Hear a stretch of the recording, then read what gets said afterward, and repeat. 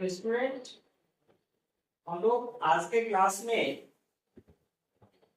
सबसे पहले जो हमारा जो भी ट्रिग्नोमेट्रिक रेशियोज है उसके अलग अलग ट्रिग्नोमेट्रिक रेशियोज के वैल्यूज को उसके एंगल के बेसिस पर आप देखते होंगे, आपके बुक में दिया होगा, जैसे sine 0 degree, sine 30 degree, sine 45 degree, sine 60 degree, इस सब का वैल्यू आपको एक वैल्यू चार्ट में दिया होगा।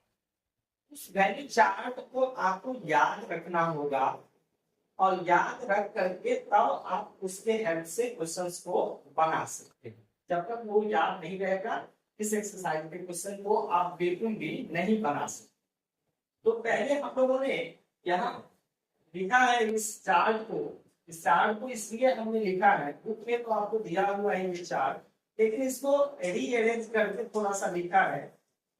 जो क्या होता है कि इसमें टोटल 6 ट्रिग्नोमेट्रिक रेशियोज है, इसमें से क्या होते हैं 3 ही आपको याद करने हैं, बाकी 3 क्या होता है उसका इनवर्स हो जाता है। जैसे आप साइन का याद कर लेंगे तो साइन का होता है कॉस का वैल्यू हो जाएगा, आप टेन का याद करोगे कॉट का उसका रिवर्स हो जाएगा वैल्यू, और सेक का याद करेंगे कॉसेक का, आपको उसका उल्टा करके याद रख सकते हैं। इसलिए हमने उसको एक साथ पेयर बना के लिखा है, साइन के साथ हमने कॉस को लिखा है। अब यहाँ थीटा है, थीटा का अलग अलग वैल्यूज है, 0 डिग्री है पहला, दूसरा 30 है, तीसरा 45 है, उसके बाद 60 डिग्री है, उसके बाद 90। आप यहाँ देखेंगे साइन 0 डिग्री का वैल्यू कितना है 1 है, साइन 30 का वैल्यू कितना है 1/2 है, साइन 45 का 1/2 है, साइन 60 का √3/2 है, और साइन 90 का 1 है। और इसका ठीक उलट जाएगा कॉस का वैल्यू, देखिए कॉस का 0 डिग्री का वैल्यू हो जाएगा 1। अब यहाँ 60 था, ये आ जाएगा कॉस के 30 है, कॉस 30 का वैल्यू वही होगा जो साइन 60 का वैल्यू है। उस तरह से 45 का दोनों का सेम होगा, ये साइन 30 का वैल्यू इससे इक्वल हो जाएगा, कॉस 60 के वैल्यू के इक्वल हो जाएगा, और इसका जो 0 डिग्री का वैल्यू है वो इसके 90 डिग्री का वैल्यू। आप साइन का याद कर लो, कॉस का उसका उल्टा हो जाएगा। उसी तरह आप टेन का याद कर लो तो कॉट का उसका ठीक उल्टा हो जाएगा, और सेक का आप याद कर लो उससे कॉसेक का याद हो जाएगा। इससे ये हो गया कि आपको 3 ही याद करना है, साइन का याद करना है, टेन का याद करना है, और सेक का याद करना है, बाकी तीनों उसका उल्टा हो गया। ऐसा क्यों होता है, ये उल्टा क्यों उसका वैल्यू हो जाता है, उसको भी थोड़ा सा हम लोग डिस्कस करते हैं। जैसे हम लोग जानते हैं कॉम्प्लीमेंट्री एंगल के बारे में, उसको हिंदी में बताया जाता है पूरक कोण। कॉम्प्लीमेंट्री एंगल किसको कहते हैं, ऐसे दो एंगल्स जिसका सम कितना होना चाहिए 90 डिग्री होना चाहिए, उसको कहते हैं कॉम्प्लीमेंट्री एंगल। ऐसे दो एंगल्स, ऐसे दो कोण जिसका योगफल कितना हो 90 डिग्री हो, 90 डिग्री हो, उसको हम लोग पूरक कोण या अंग्रेजी में कॉम्प्लीमेंट्री एंगल हम लोग कहते हैं। तो यहाँ आप देखेंगे जो इसका 30 और इसका ये है, तो देखिए 30 में कितना जोड़ेंगे तो 90 हो जाएगा, 60 जोड़ेंगे, इसमें साइन 30 का जो वैल्यू हो जाता है वो वैल्यू हो जाता है कॉस 60 का वैल्यू हो जाता है। क्यों, उसके लिए वो कॉम्प्लीमेंट्री एंगल्स की कुछ फार्मूला है, उस फार्मूला को आपको देखना होगा वो क्या है फार्मूला। उस फार्मूला को कॉम्प्लीमेंट्री एंगल का फार्मूला देखेंगे। सबसे पहला फार्मूला होता है sine 90 degree minus theta is equal to होता है cos theta. Sine 90 minus theta cos theta हो गया। दूसरा फॉर्मूला है cos 90 माइनस थीटा, ये हो जाता है आपका साइन थीटा हो जाएगा। देखिए यहाँ ये दोनों एक दूसरे का क्या है उल्टा, sine 90 minus theta cos theta, और cos 90 माइनस थीटा क्या है साइन थीटा। तीसरा फॉर्मूला हम लोग देखेंगे tan 90 माइनस थीटा, ये कितना हो जाता है cot थीटा हो जाएगा, ये हमारा हो जाएगा cot थीटा। और उसी तरह हम लोग क्या फोर्थ में cot 90 minus theta, cot 90 degree minus theta, ये इक्वल टू क्या हो जाता है tan थीटा। यहाँ हम देखेंगे इस टेबल में हम लोगों ने देखा ना tan और cot एक दूसरे का क्या है तो पूरक, इसलिए tan का 30 का वैल्यू होगा, cot का वो 60 का वैल्यू होगा। उसी तरह पांचवा हम लोग देखें सेक 90 माइनस थीटा, ये इज इक्वल टू क्या हो जाता है, कॉसेक थीटा होता है, ठीक है। और 6 में हो जाएगा cosec, cosec 90 minus theta is equal to क्या हो जाएगा, तो सेक थीटा।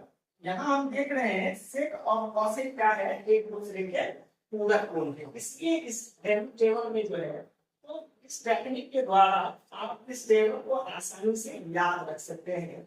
इसको बिना याद रखे हुए आप इस क्वेश्चन को नहीं सॉल्व कर सकते हैं।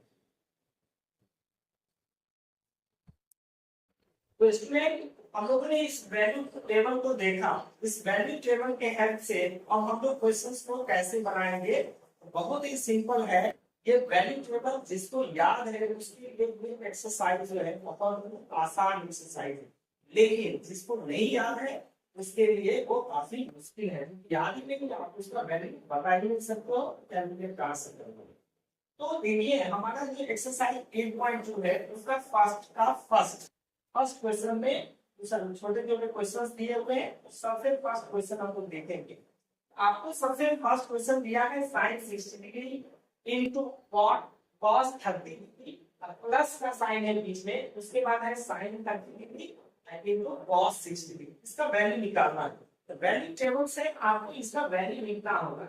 देखिए वैल्यू टेबल में आप देखिए तो sin 60 डिग्री का वैल्यू कितना है, sin 60 का वैल्यू आप देखेंगे √3/2 है।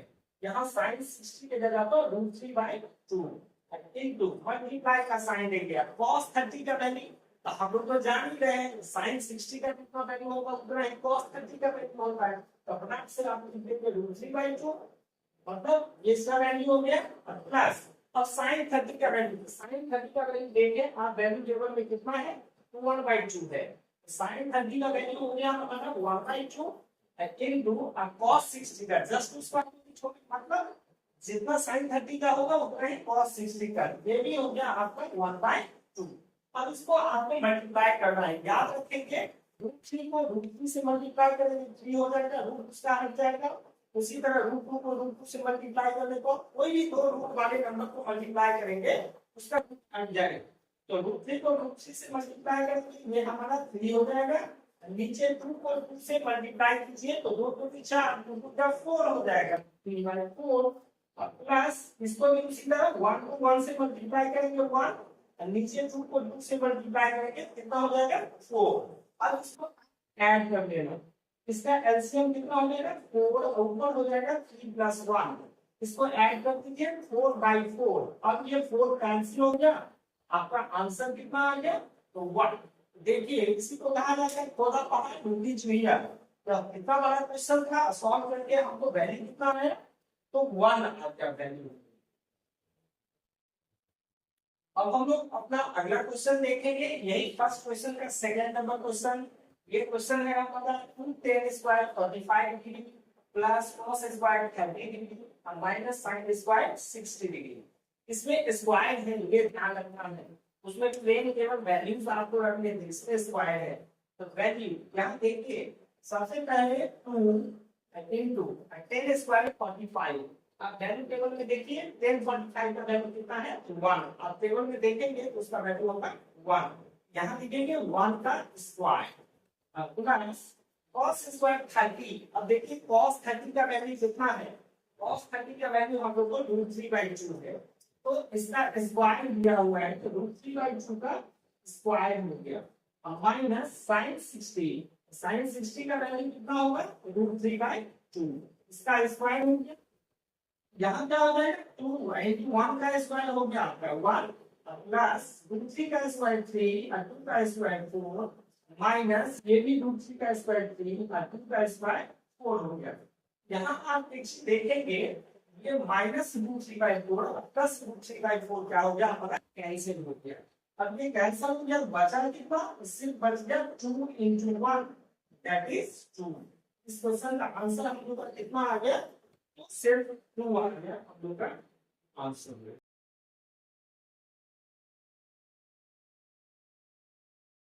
स्टूडेंट हम लोग देखेंगे हमारा जो क्वेश्चन नंबर 1 था 1 का थर्ड क्वेश्चन हम लोग का है cos 45 degree divided by sin 30 plus cos 30 degree.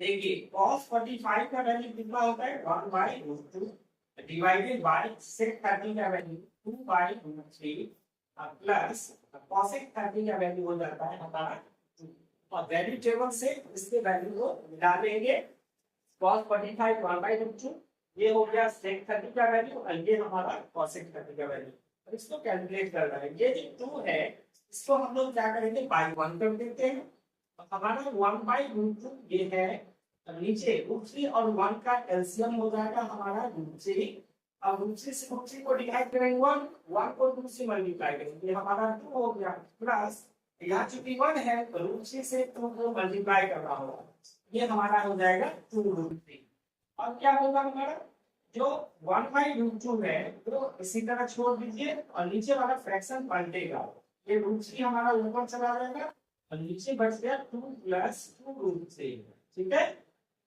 अब इसको थोड़ा सा सिंप्लीफाई हम लोग को करना होगा ऊपर हमारा आ गया √3 अब इस दोनों में देखें इस दोनों में क्या कॉमन है इस दोनों में कॉमन है हमारा 2 इस 2 को कॉमन ले लीजिए और ये √2 पहले से है तो √2 हम मल्टीप्लाई ये 2 कॉमन ले लीजिए तो 2 जब कॉमन लेंगे तो यहाँ बचेगा √3 और यहाँ ये हो जाएगा +1 यहाँ तो इसको हमने बाद में लिखा है पहले लिखा था उसको थोड़ा सा देखने में हम लोग को आई कैचिंग होता है इससे √3 को पहले लिखा 1 को बाद में अब हम लोग को क्या करना है जैसे हम लोग +9 भी करते हैं तो डिनोमिनेटर है उसको रेशनलाइज करना है परिमेयीकरण उसका करना है यहाँ √2 को पहले हटाना है हमने क्या करते हैं √2 से ऊपर और √2 से नीचे मल्टीप्लाई आप कर देंगे तो √2 को √3 से मल्टीप्लाई करेंगे कितना हो जाएगा √6 डिवाइडेड बाय √2 को √2 से मल्टीप्लाई करेंगे क्या होगा 2